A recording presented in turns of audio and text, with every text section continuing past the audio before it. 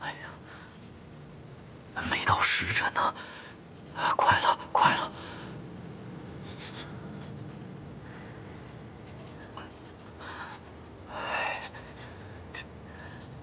再等等，再等等，就快到50了啊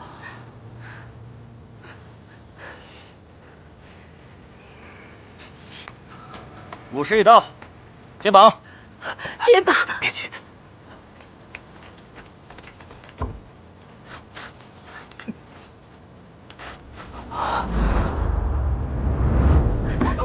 好了好了，少爷，十二，扶起来，扶起来，快打！等一下，好了，小娘，好了，扶好了，扶回去，来上车，先上车，来，走，快！十儿，咱们回去了，上车。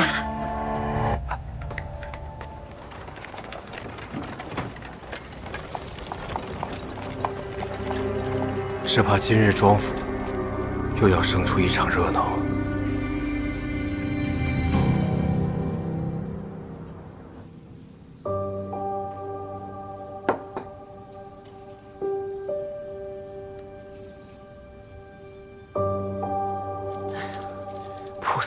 菩萨保佑啊！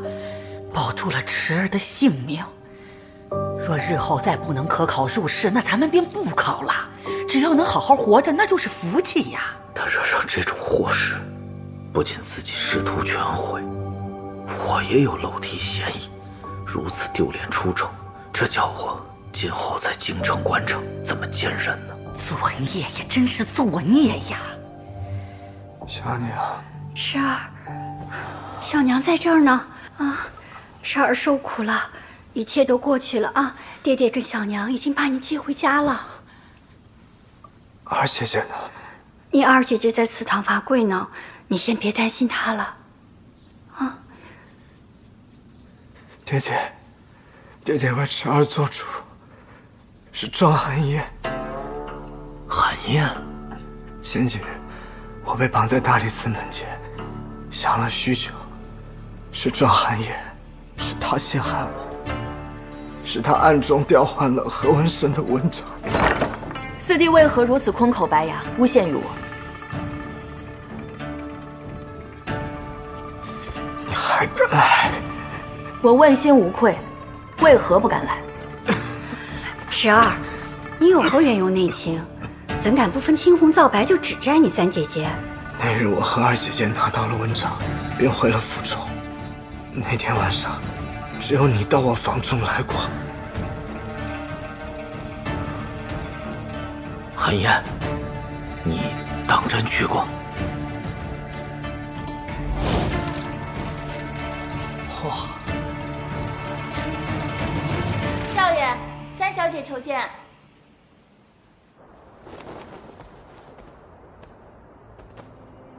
你来做什么？四弟乃庄府唯一男丁，近来每日温书至深夜，可别累坏了身子。这是我亲自下厨做的糕点，四弟熬夜苦读时可尝尝味道。滚！别来惹我烦心。那天入夜，我确实来过巩同院，还送了糕点与四弟，但却吃了个闭门羹。四弟连房门都未让我踏入一步，我又有何神通来替换你的答卷？莫不是我会使什么法术不成？你撒谎！爹爹若不信我，可将巩同院丫鬟小环叫来，一问便知。爹爹，您不要相信他的鬼话。那天在茶陵酒家，我被人灌醉了酒，一时糊涂，才将小考拔得头筹一事宣扬了出去。当时为何你也在酒肆之中？这一定是你设的局。父亲，那天我去茶陵酒家，是傅家姑爷邀我前去吃茶，此事他可以作证，酒楼老板更可以作证。满口胡言！既然四弟提起此事，我也不必再替你遮瞒。那日酒肆偶遇，你大庭广众之下，对我拉拉扯扯，满口污言秽语，甚至还说什么要做主将我嫁与尤家公子，叫我们当夜便去圆房，惹来哄堂大笑。此事你可还记得？那日我本想禀告父亲，但却怕叨扰父亲心烦，又怕四弟回家受罚，这才独自咽下了这屈辱。你今日还要用此事再来攀污于我？你当真做下这等丑事？父亲，他颠倒黑白，他跪敬为我，他跪下喊我父亲，你要信我。是，我知道，只因我入府归家，搅黄了四弟婚事，你心中怨我恨我，我全都认下了。你向来急功近利，好逞威风，却万万不该在科举一事上做手脚。这考题不是我从父亲书房盗来，这文章更不是我从何公子手中骗来。四弟闯下如此大祸，不但自己前途尽毁，更连累庄家因你蒙羞。你却仍不知悔改，还想将这罪责推诿他人，实在愧对父亲谆谆教诲，更是愧对庄家累世清誉。妖淫惑众，就是你害我！住手！说实话！家里怎么出了你这么个畜生？老爷莫要动怒，侄儿是烧糊涂了。我看是我烧糊涂了。我当年怎么把你纳入家门，生出这么个孽障？爹爹，你不疼我，你为何总是护着他？我才是你的儿子，我是咱们庄家唯一的子孙。爹爹，庄家没你这样的孩子。既然您不要我了，那我走。我走。侄儿，快叫大夫，快叫大夫啊！完了，咱们庄家完了。你醒醒！你们挖一个挖棺坟，将我生埋了吧。叶世阳，你可别气坏了身子呀！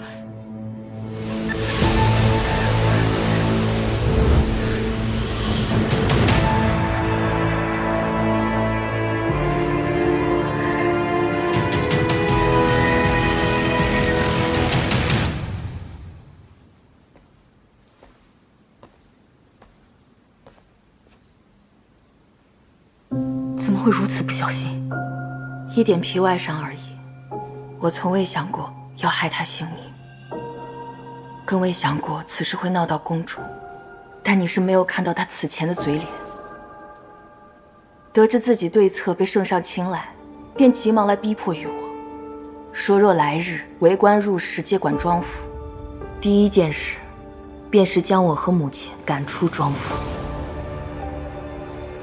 这么一来，你与这位姨娘便算是把一切都挑明了。我从未想过此事会闹到宫中去，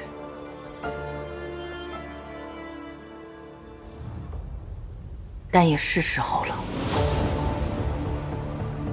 三小姐，周姨娘来了。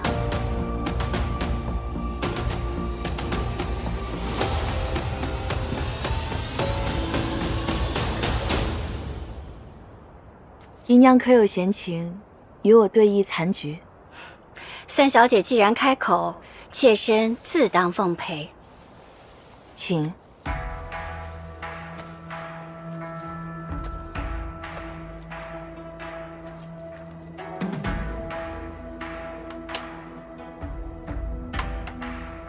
姨娘不去照看四弟，怎么有空到玉竹轩来？老爷有令，将你的四弟还有二姐姐都送到城外的庄子上去了，还说过年也不必回来了。城外幽静，四弟正好养病。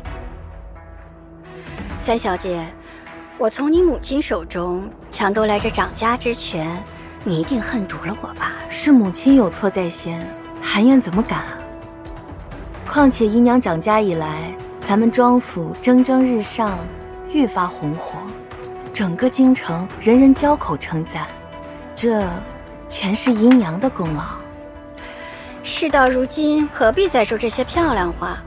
会馆的祭祀一过，只怕这掌家之权又要落到三小姐手里了。周姨娘，我怨恨你，并非因你诬陷夺权。我入府第一日，你便挑唆四弟与我作对，为了将我赶出家门，你又暗中招来段天师，步步紧逼。连我去一趟裘梅园，你都要为我穿金戴银，想让我当众出丑。这一桩桩一件件，你全都忘了？可是三小姐，你好手段，你总是能险中求胜，我也没捞到什么好处啊。可还有一件事，我却毫无还手之力。什么？17年前，我不过是个襁褓婴儿，却被误为赤脚鬼临门，连祖父的死都要归咎于我的身上。我被送去儋州，与生母分离多年，不也全是拜你所赐？我执意回京，一来是想寻回亲眷，二来就是为报当年血仇。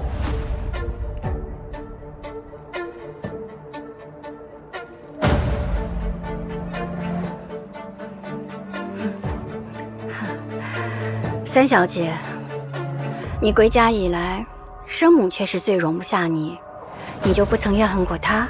从未。我才不信。你自然不信，否则你也不会将二姐四弟教养成这副模样。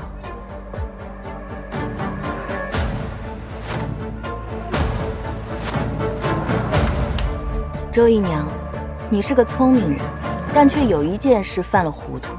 你为了保护自己的孩子，将所有苦楚都独自咽下，把所有风浪都挡在自己身后，但你可能护他们一生一世。你应该明白，世道艰险，人心叵测，惯子如杀子。若是母亲将孩子娇惯成了不堪一击的蠢货，他们又该如何入世求生？三小姐，主母待你如此狠毒，那你倒要谢谢她了。母亲待我并不算慈爱，我若因此谢她，未免成了愚孝之人。但我也绝不会因此恨她，因为我明白，正是因为从小经历过太多艰辛苦难，所以我才能在今天成为胜者。三小姐，乾坤未定，现在论成败，未免太早了。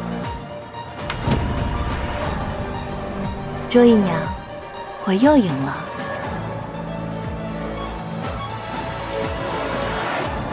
一局溃败，便再来一局。这世上从来没有常胜将军。姨娘还有什么高招技艺，尽管将使出来。韩燕，奉陪到底。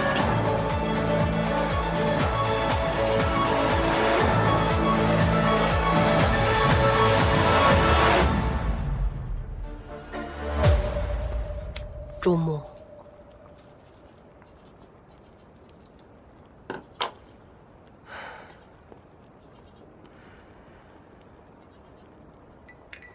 三小姐这局赢得漂亮，可谓是釜底抽薪。周如茵这些年来全仗着庄宇池是家中唯一子嗣，这才立于不败之地。可如今，这位少爷是前途尽毁，他便再也没了倚仗。我却没想过，他竟能翻出如此惊涛骇浪。主母，您是担心三小姐安危？与个人纠斗已久，自己也深陷泥潭，我就是最好的例子。主母，言重了。这孩子性子执拗，却有几分像我。我是怕他卷入太深，未来更不好脱身。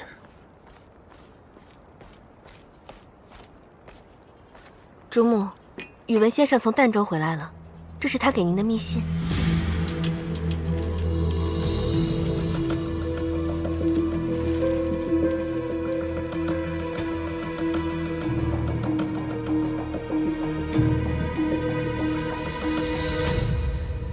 姨娘，张寒夜能设下这一局，必定有人暗中搭手。您意思是蒹葭阁的那位？这些时日，我一直盯着蒹葭阁，这母女俩再也没会过面。那您的意思是谁呀？这京中之人，与他走得最近的，就是咱们家那位大理寺的姑爷。哦，对，是不错。哎呀，二小姐因此吃了多少飞醋？你说这……从儋州请来的那位，是时候要见见了。啊，唐嬷嬷，你现在就去一趟义南会馆，帮我请个人来。是。谁呀？杨平。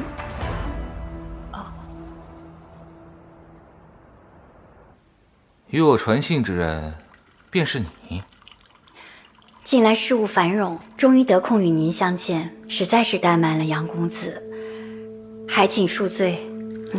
请。你若再不露身，我可都要回到儋州去了。杨公子，这损耳破相之仇，难道已经放下了？自古以来，为官入仕有申言、书判4项准则，就因为我这半只残耳，让我连乡试都未能通过，如此深仇大恨，我怎能放过他庄寒夜？你看什么？妾身失礼，杨公子您莫要动怒。此前您说有一位亲戚在府衙里当差，手中有张林有昌夫妻的验尸文书，不知是否带来？自然是带来了。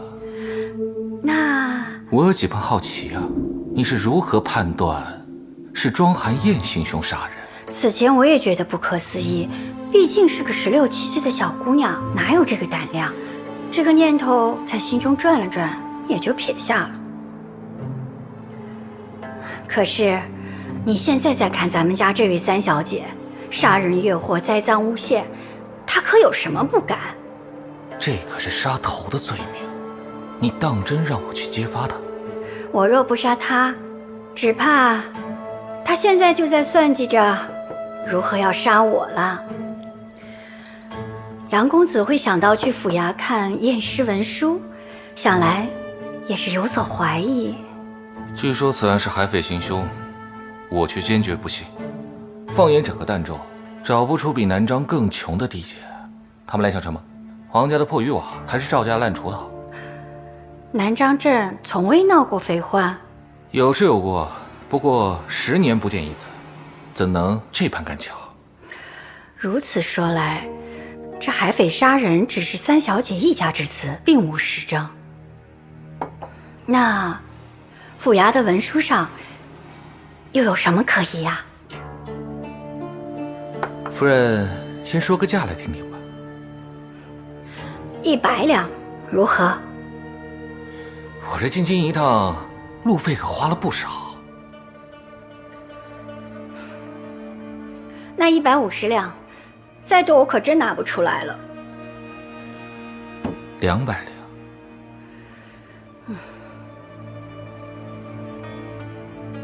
好，那我去变卖一些金银首饰，尽量给你凑足，可好？3小姐，请留步。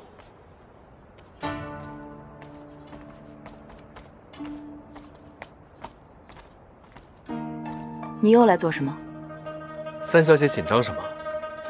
莫非这玉竹轩藏了海匪逆贼不成？傅大人想搜吗？那就先拿出搜查令书出来。3小姐，你先不要生气，大人方才是在逗你呢。此次前来是因庄宇池受了刑罚，恰好是由大理寺负责惩戒，大人这才让我买了些伤药前来慰问探视。那姐夫是走错路了，你应该到广同院那边去。周如因今日午后在广院茶楼见了一个人。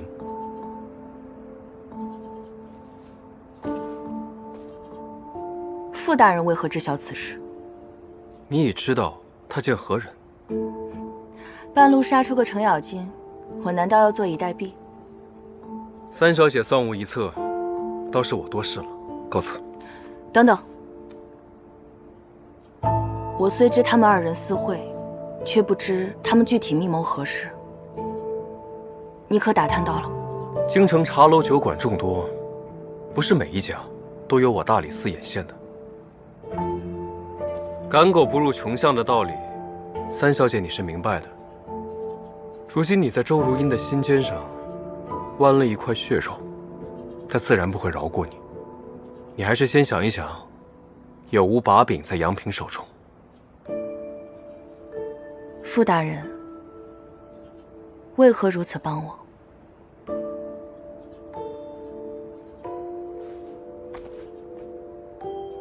儋州凶案，我有包庇之嫌，不想受你牵连，你好自为之。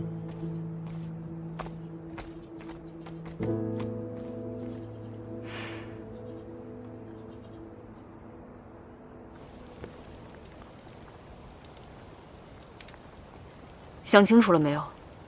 杀还是不杀？柴静，你还记得吗？杨平早年丧父，母亲以织网为生，那双眼睛熬得昏黄浑浊，海风一吹便要流泪。那又如何？杨平母亲苦熬多年，终于养成一子。此次她只身进京，家中老母必然满心担忧，盼着归期。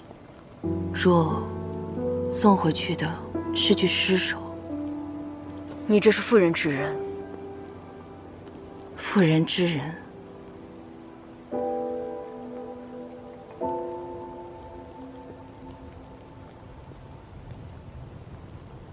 在我看来，却是这世上最美好的德行。此话何解？古今多少大丈夫，为了所谓的宏图伟业，为了争权夺利，将人命视为草芥，在这人世间挑起无数战乱纷争，却能博得百世流芳、万世美名，这才最为可笑。若是他们能多一分妇人之仁，那这世上便能少一条无辜冤魂。明日是义南会馆大祭，你就不怕他们联手发难？取个折中的法子，你今夜将他绑了去，关在你的住处。等祭祀结束之后，我去与他会面。此人十分贪图钱财，若能解仇释冤便好。若是不能，便再寻他法。好。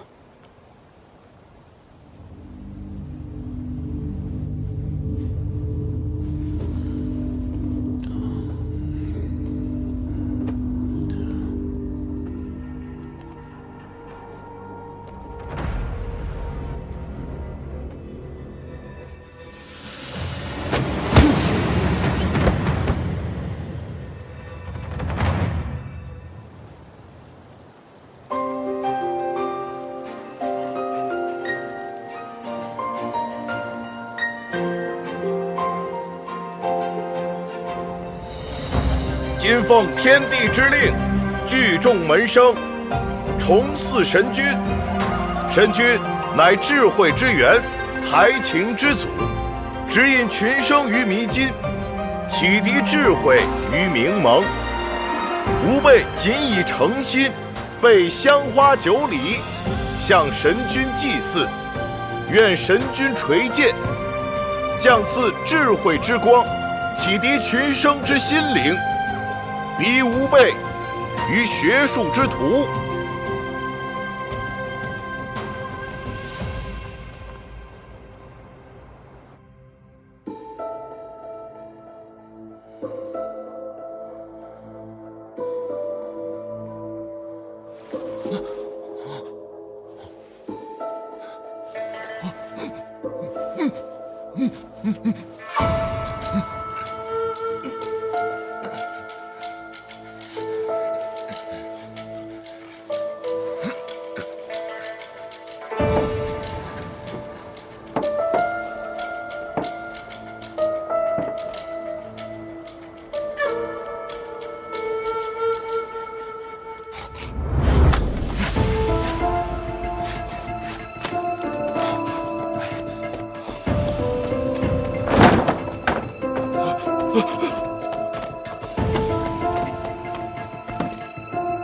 降临此间，洒甘露于九州，垂碧佑于寰宇。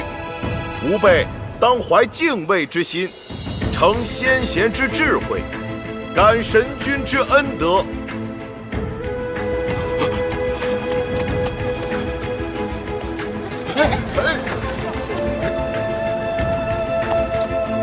礼记承袭，神奇行兮，举驾惊兮，声誉惊兮，遥详珍惜，永和平兮。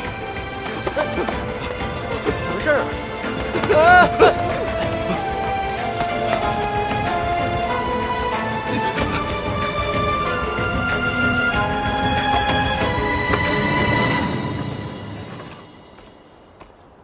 如音，辛苦了。都是妾身应该做的。这是何物？为何不拿到殿上去？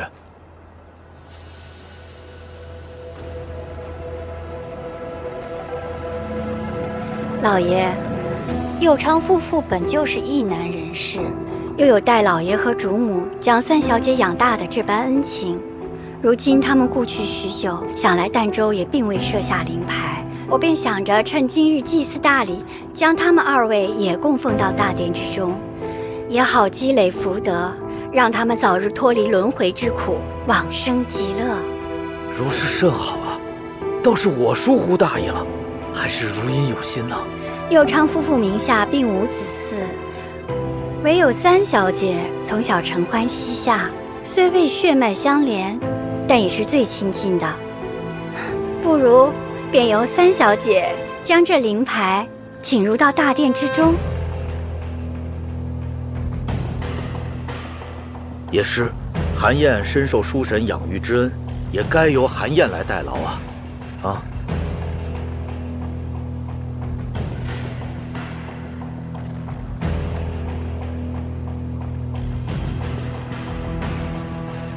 是，书婶待韩燕犹如亲女。他们的灵位，也该由我来供奉。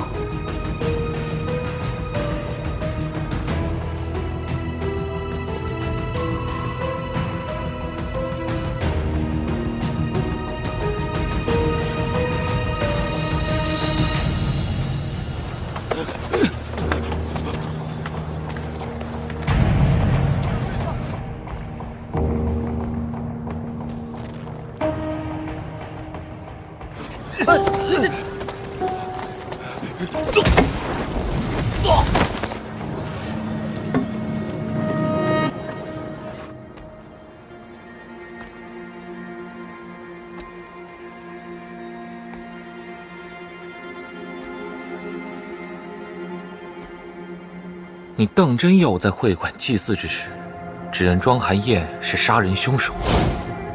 你不敢？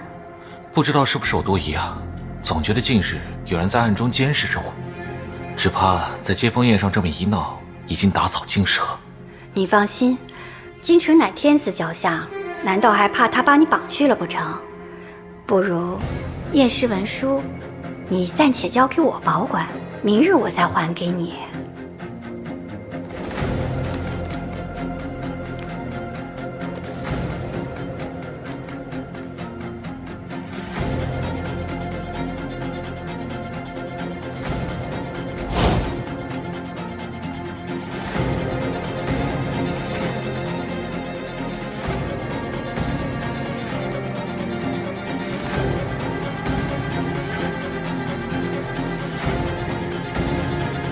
庄寒燕，你站住！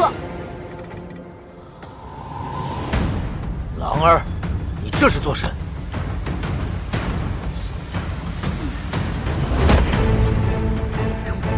你松开我！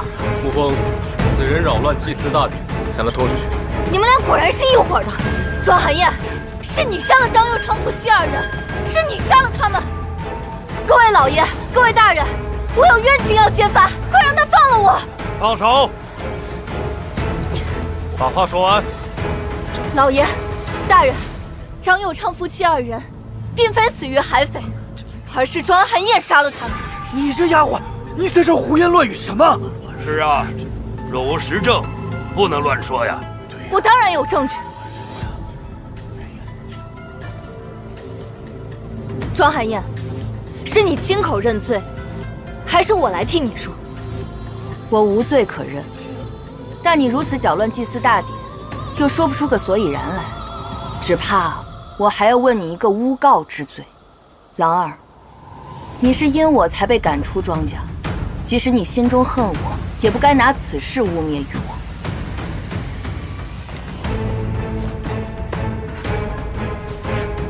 这些便是证据。这是什么证据啊？自从你回到京城之后，你便口口声声说张佑昌夫妻二人与你相处和睦，一家人相亲相爱，他们对待你犹如对待亲生女儿一般，是不是？那又如何？你还是不说实话。我被赶出庄府之后，便去了一趟儋州南章镇，四处走访询问，这才得知你从小就受这对恶叔恶婶欺凌虐待，你早就恨透了他们，满身伤疤便是铁证。你一个孩子在胡诌什么？多年以前，庄寒燕出逃家中，头破血淋躲在林家，可这张佑昌追了出来，拿了一张渔网把他套在网中，一路拖回家里，惹得许多人都来看热闹。住口！已故之人，岂容你空口污蔑？我是要让你们所有人都知道，庄寒燕她绝非善类。就在去年，有一次，庄寒燕被打急了，竟夺了砍刀，在家中乱砍。幸亏当时张佑昌躲闪及时，即使是这样，还是被砍下了半根小拇指来，否则他是要出人命的。此事当时闹得太大了，县衙捕快全都来问过一番，一定也有记录在案的。寒燕，他所说的，可做得真呢？此事不假。叔婶待我恶毒，我亦对他们恨之入骨。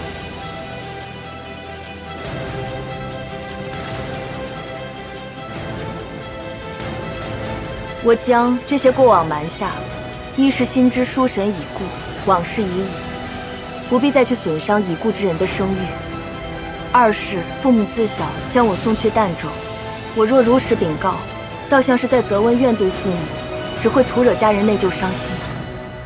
如今既然得以归家，又有亲人相伴，那些过往仇怨，自然应该放下，否则就是自我折磨。既然你还不认罪，那就请大理寺傅云溪出来说句话吧。前些日子你亲临儋州彻查此案，却说是有什么海匪作乱，可南章镇偏僻贫瘠，怎么会有海匪作乱呢？你是有心包庇。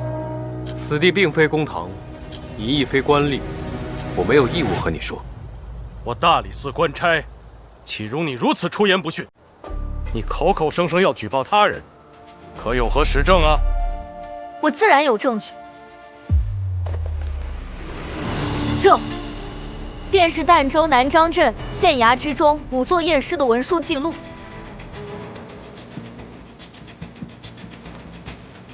这文书之上清清楚楚记录，张佑昌夫妻二人虽然身有刀伤，却是死于尖锐利器扎穿脖颈。仵作根据伤势推断出，这行凶之人竟是一个身高5尺有余的女子。而这凶器，或是一只发簪。庄寒燕，你还不认罪？寒燕，他所说的，你以此便认定是我杀人？难不成儋州只我一名女子？难不成儋州只我一人带有发簪？那便要问问傅少卿了。此案疑点重重，你可有如实上报给大理寺啊？若普天之下每一桩案件都要上报大理寺，难道由你来办吗？今日乃会馆大忌，不便在此争辩。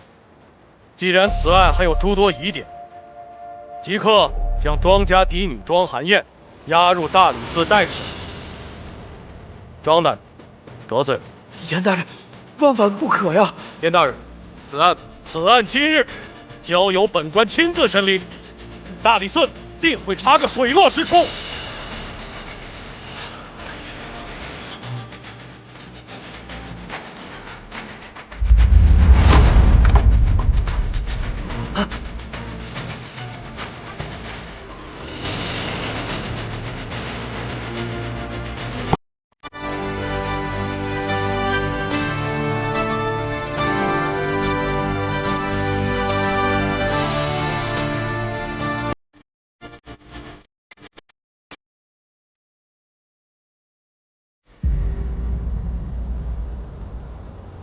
这一套刑具用下来，即便是黑风寨的绿林好汉，也得俯首认罪。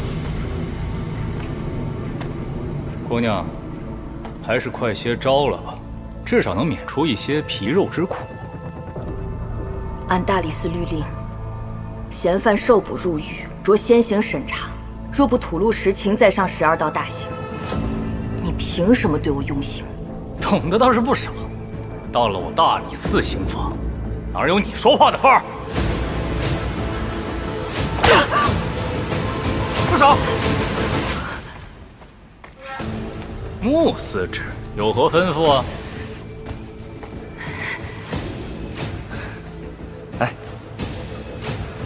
傅大人的意思，通融一下。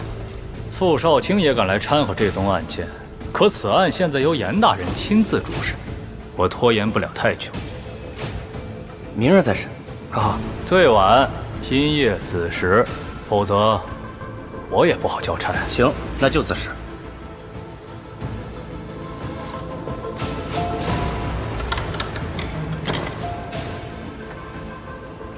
不要轻举妄动，大人再想办法。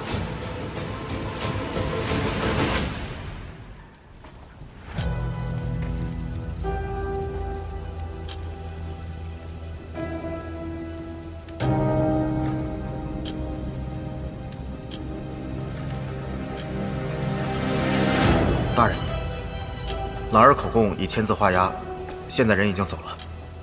就这么放他走了？他背后有人指使，定不会再松口，没必要与他耗费时间了。那这庄家3小姐，咱们还救吗？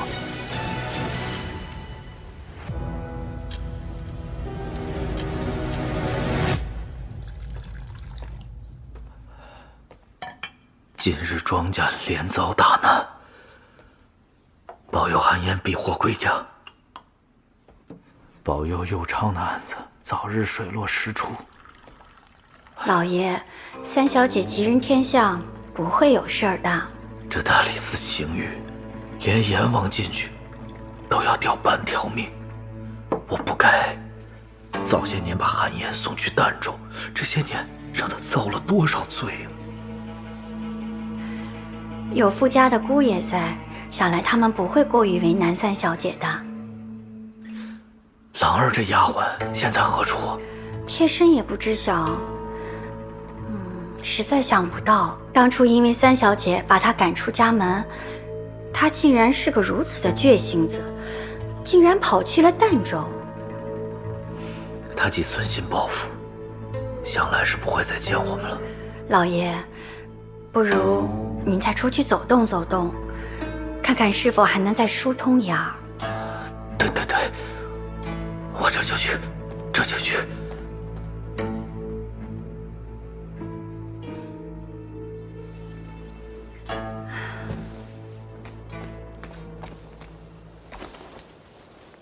3小姐身陷大理寺牢狱，疏红没能完成主母嘱托，照看好3小姐，请主母责罚。起来吧，我都已知晓。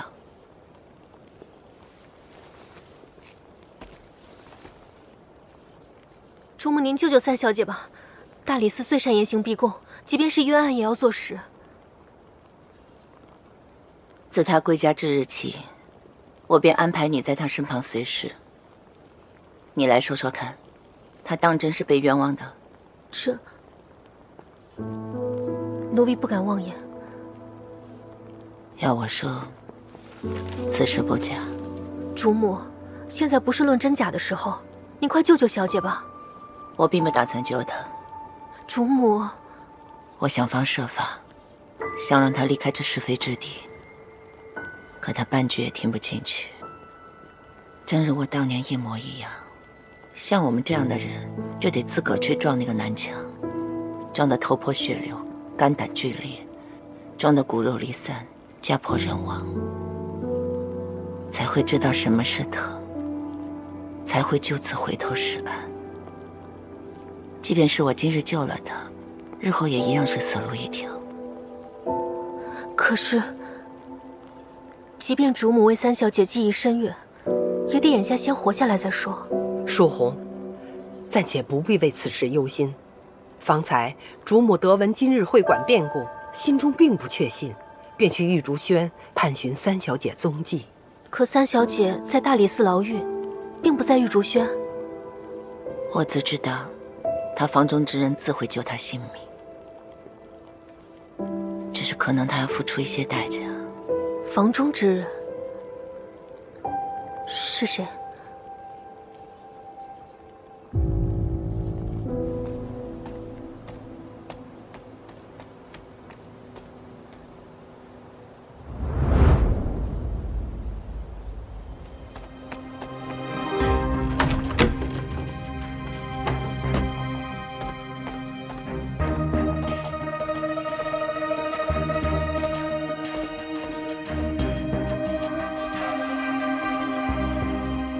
站住！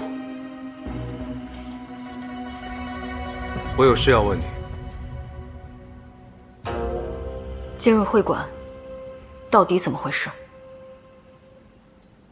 儋州凶案一事已经暴露，此案已由大理寺卿亲自审查，我也不得插手，所以才来找你。你要问什么？庄寒夜为何要杀书生二人？误杀。前因后果告诉我，我要知道有没有转圜余地。我不知道。那日我去寻他，入院已是满地狼藉，2具尸体横在地上。你从未问过他？他有何吩咐指令，我便拼命去做。但他不说的事，我也从来不问。我们2人向来如此。他现下人在何处？大理寺刑狱，今夜子时便要受12道大刑。若他认罪，是何下场？残杀亲眷，有悖人伦，重刑，5门外凌迟。那夫妻2人只是庄家故交，与庄家并无血缘。若非周如因使计，让他当众将2人领位送入会馆大堂之中，或许此事还能分说。可眼下，你要去哪儿？我去自首。人是我杀的。你可知道，大理寺12道大刑都有什么？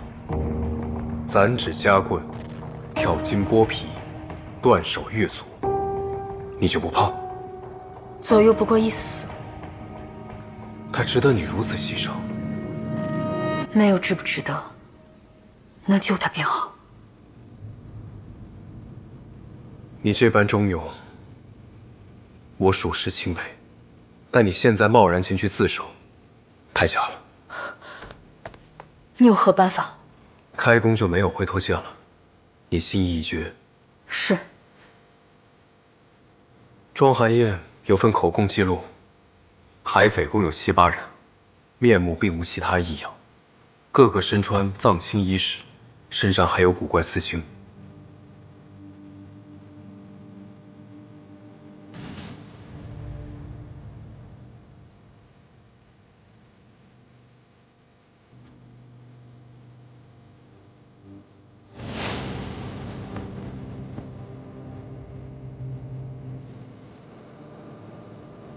我还有一事相求，请说。不要告诉他，是我。但我要知道，你究竟是谁，与庄寒夜什么关系？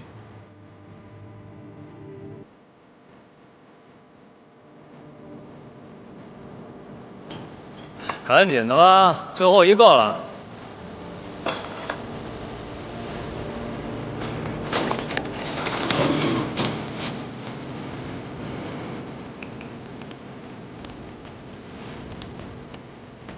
庄家3小姐，子时已过，该受刑了。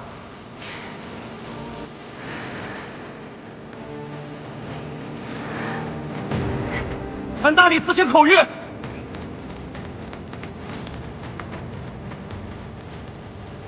儋州凶案真凶已落网，庄寒燕即刻解押释放。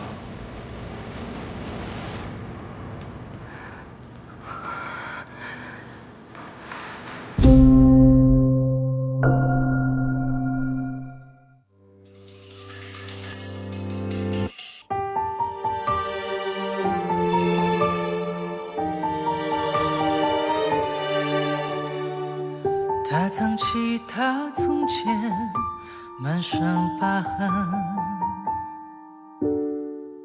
他忘了他是谁，扮作贵人。夜幕沉沉，庭院深，迷雾阵阵。他已走入这战场，不容分身。几分爱，几分恨，不必追问。